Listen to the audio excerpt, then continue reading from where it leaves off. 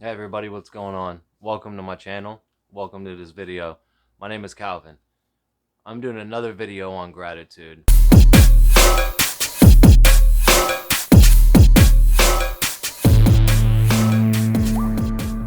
It's actually not a video on gratitude, it's more of a video on what's going on in my life right now, why I haven't hit a particular aim with my channel, and where I am going, because I have a clear path of where I am going and goals set before me to attain that. So the reason I say I want to start out this video with gratitude is because I've made a decision to start everything I do with gratitude and end everything I do with gratitude. Everything. Days, weeks, years, conversations with people, cooking dinner, eating food, exercise, everything I do, I want to begin with gratitude and I want to end with gratitude. When this hit me, I realized it was a key. You know, I've heard people speak about gratitude. I've read things on gratitude, but I don't think I've ever heard anybody say, start with gratitude and end with gratitude. Let the middle section get sketchy if it wants to. That's always going to happen, and you need to know that. You need to expect that so you can be ready for it. But just what you can do. And one of the things you can do, one of the things you can control in every situation you do is how you feel about it. If you don't think that that's possible, then you need to get in touch with yourself. You need to start doing self-love and self-care to get you to that point where you know you can control how you feel, because you will never control how you feel in every situation until you know that you can do so. So get there. I'm on my way. That's part of what this video is about. My journey, where I am, because I'm like midway. Like, I'm getting there. The biggest chunk of my life has been through a lot of emotionally and mentally traumatizing situations in my life, and continue to be today. But the difference is I know how to handle them now, and I'm a much happier person, and I don't let things get to me because I control how I feel about situations. One of the things you have to start doing, you have to start meditating every single day, multiple times a day if you can. The benefits of meditation cannot be explained in words. I'm sure not by me. I'm sure there's somebody out there that can explain it to you in words, and there's videos you can watch on meditation where a lot of people have a lot of useful information on meditation. But I believe that meditation is a self-journey. You have to figure out what works for you. One of my chief goals in life, one of my aims that I have, is to educate people on meditation, the proper ways to meditate, the different ways to meditate, so they can find out what works for them. But I understand that the ultimate issue about people's journeys with meditation is that it's just that, their journey with meditation. You have to find your own way. And you know, I can explain it to you like this. If you're around my age, if you're around the age of 35 to 45 years old, you might be aware of this. Our minds have always ran. We've always had a short attention to, you know, in my lifetime, we've had a short attention span. And the reason that is because, you know, it started out with television, but it has progressed way more since then. Now we got computers, laptops, phones, of course. Everyone's got a phone screen in their hand at all times. Video games, commercials. We've been programmed. Our brains have been rewired for more short-term concentration. You know, we can't hold thoughts in our head anymore, and when we do, it's a jumble of thoughts and we have trouble focusing. And you know, ADHD has climbed and all that, and all these different things that are happening in people's, you know, is a regular basis of society now, is because of the way we're being reprogrammed. You cannot counter program with a device screen in your hand. What you need to do is you need to find time throughout the day, especially in the morning when you first wake up, and especially right before you go to bed. But as many times throughout the day, like those two times should be a must for you. But as many times throughout the day that you completely disconnect from that system that has rewired our brains, the better off you'll be. We have to disconnect. Like, it is a must. What I do, me personally, my morning time and my evening time is a time for me to disconnect. When I wake up in the morning, I have a routine. If you've seen some of my other videos, I use the bathroom, I do my meditation, and then I start my day with other things like writing affirmations and speaking affirmations and gratitude lists. You know, I actually do a gratitude list as one of the first things I do when I wake up immediately. So that is before the meditation, because again, I want to start my days and end my day, start everything and end everything with gratitude. And squeeze as much gratitude in the middle as I can, which is, you know, is more and more nowadays. Thankfully, I'm grateful for that. I have so much gratitude that I'm grateful for it, and it's amazing. So you gotta unplug, sit down, meditate, start out small. You need to you've been reprogrammed your entire life to be a certain way. That's to have a short attention span and to not care. You need to unplug from that system. So you know, it took you a while to get there. It's going to take you some time to to rewire your brain back and to counter program yourself back into the peaceful human being that you're capable of being. So sit down and meditate. Start out with as much time as you can.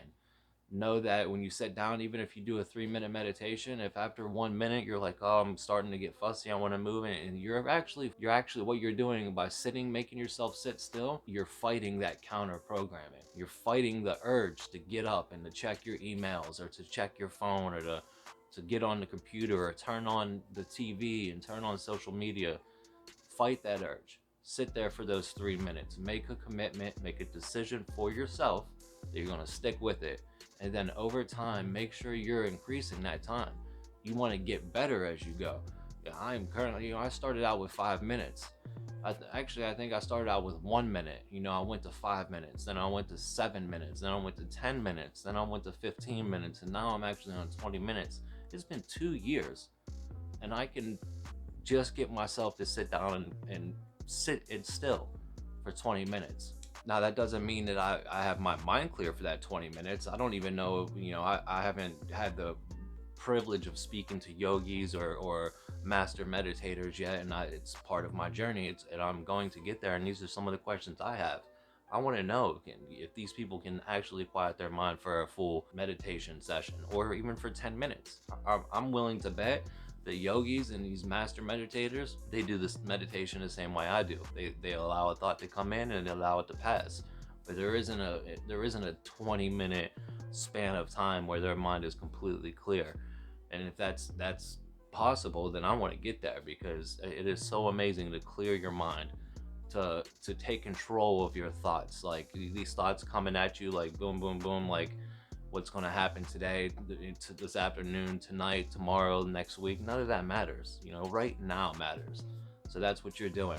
You're sitting on the floor, you're getting it, or you're whatever position or whatever place and position you're comfortable in setting in meditation for an extended period of time, and you're keeping your body awake, but you're keeping the mind clear. And that's another struggle in itself. You will find yourself, I'm sure, as I did in the beginning, you will find yourself falling asleep sometimes, and you want to fight that urge too. You want to get to as close to it as possible. You want to clear that mind and get into that almost between consciousness and subconsciousness place, to where you can hold that and clear the mind.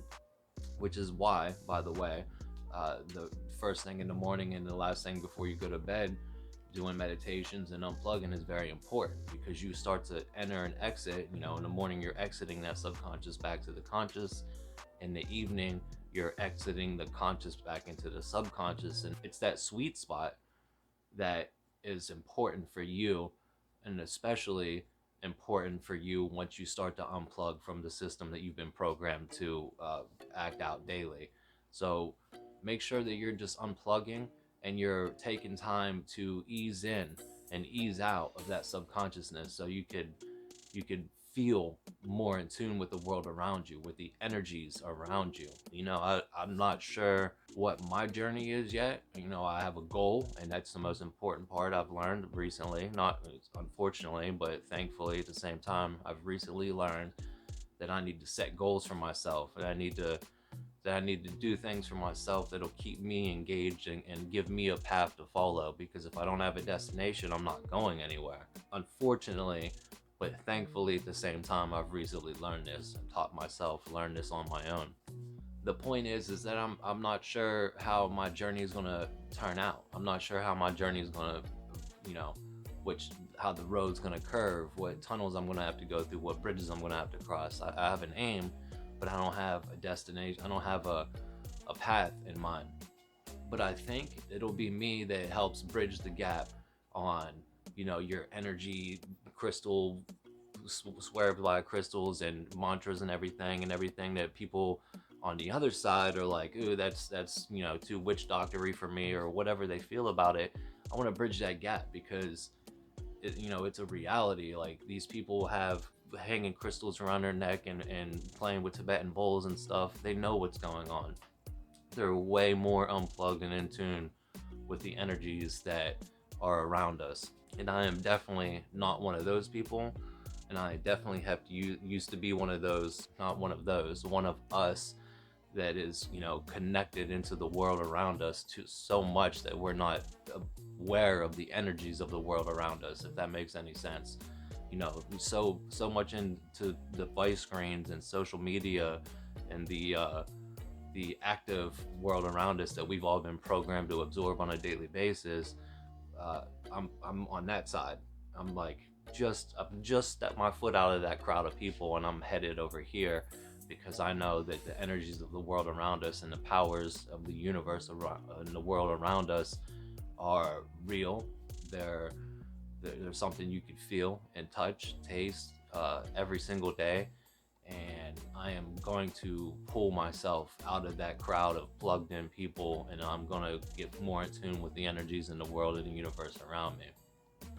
So I think my journey is going to be one, documenting it, you know, document just like I am now, putting it on YouTube or social media, so other people, because there are advantages, um, can absorb this information. So I can lead these people out of that plugged in world. This world around us that people have been so absorbed with, that we're just doing and saying whatever it is that the programming is telling us to do or say, and it's bred a lot of hate and violence and suffering, and these things aren't necessary.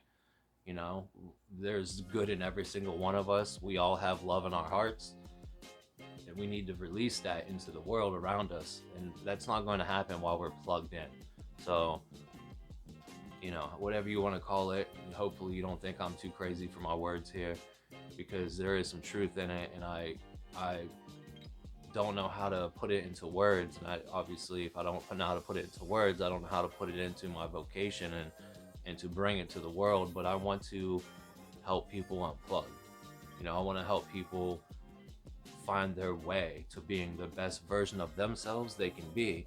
And we can't do that where we're watching the shows where we're following other people's lives. What we need to do is we need to find our own self and our own life. So, that's what I want to do.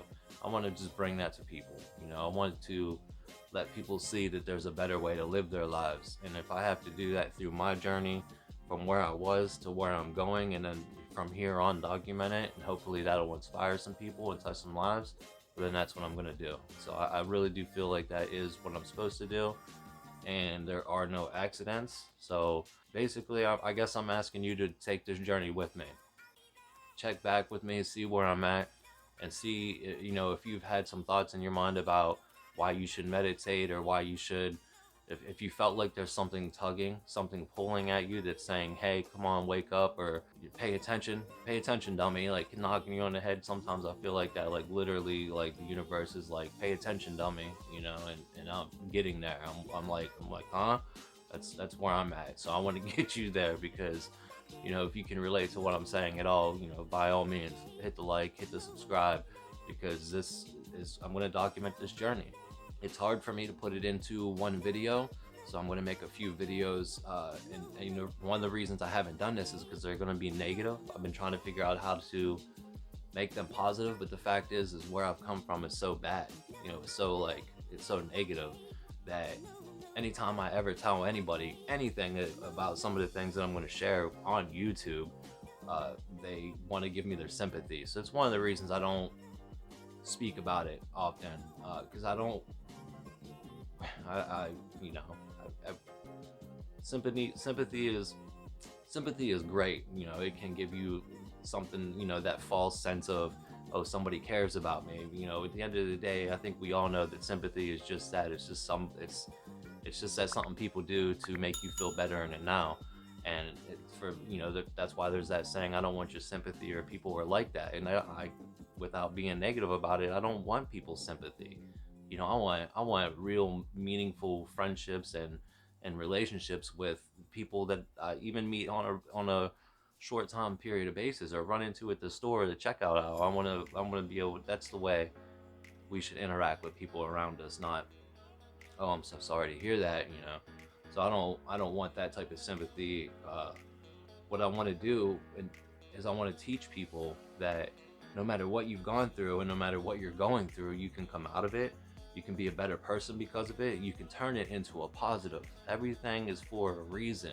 I'm not saying that, you know, I'm not turning it into there's a destiny for you. You know, that may be the case, but what I'm saying is I've learned in my 40 years on this planet that even the really, really bad things that happened to me, and when I look back, I'm like, man, I'm so glad that happened to me, because of this, you know, or because of that, or, you know, this really did suck and it was really a negative thing that took place for a reason, a negative reason in that story. But if that didn't happen, then this wouldn't have happened. You know, I like it's I've realized that. So everything does happen for a reason, and I'm gonna share that story. So please subscribe to my channel.